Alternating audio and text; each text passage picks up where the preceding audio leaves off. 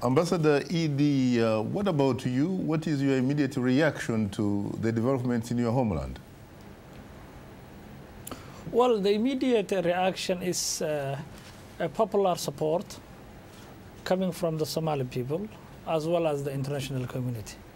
The election of the election of the new president was very historical one, in the context that the last 40 years, Somalia has been earlier a very fairly democratic state.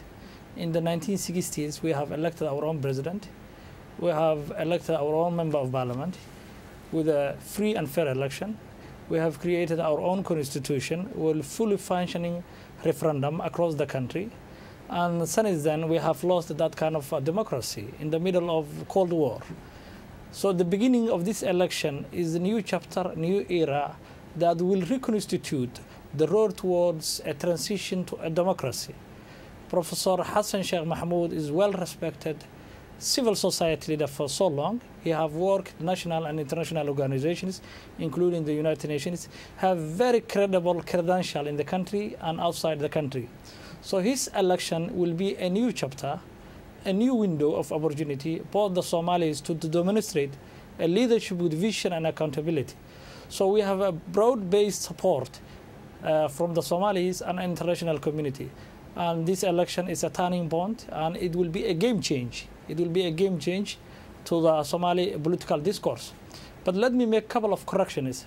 Your earlier correspondent and the expert who spoke made a couple of mistakes. One, those who elected the current president is fully functioning all members of parliament. 275 members of parliament nominated by the prominent traditional elders were present, so the parliament was not missing 50 members of MPs as articulated by the expert. Secondly, the Constituent Assembly that adopted the constitution was all inclusive. They come from all across countries. They come from different prominent personalities, civil societies, traditional elders, religious group, intellectuals, diaspora, business community, and the Somali leaders. It was all inclusive, it was all transparent, and we adopted 850 members of parliament who came from different sectors, different regions across the country. And this is a very tiny point. Now we have a draft constitution that will go to the referendum of the people of Somalia. We have elected president who have a vision and ideology that are completely different in the past.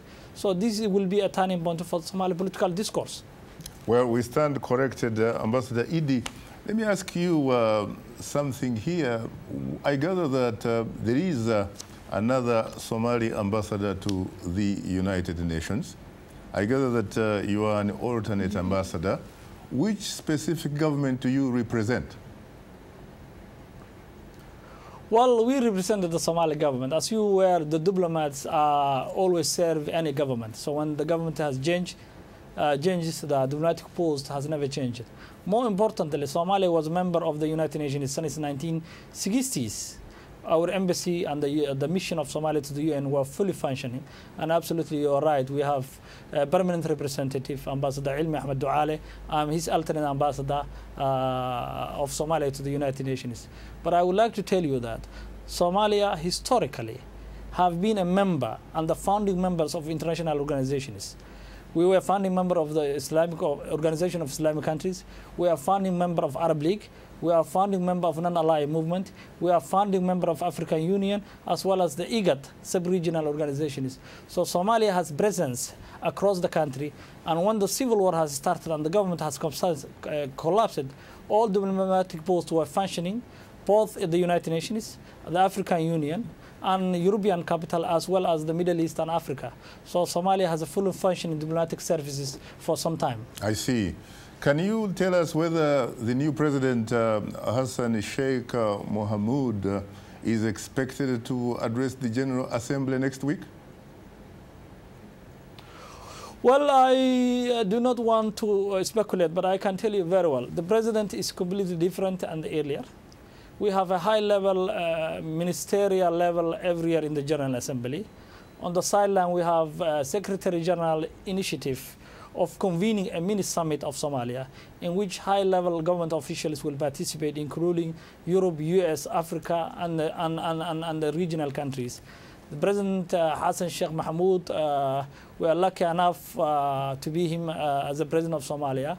Unfortunately, due to pertaining situation on the ground, and having a limited time to elect, to nominate a Prime Minister and to form a government, he will not be possible to join us in New York, but the Prime Minister and the Foreign Minister will join him.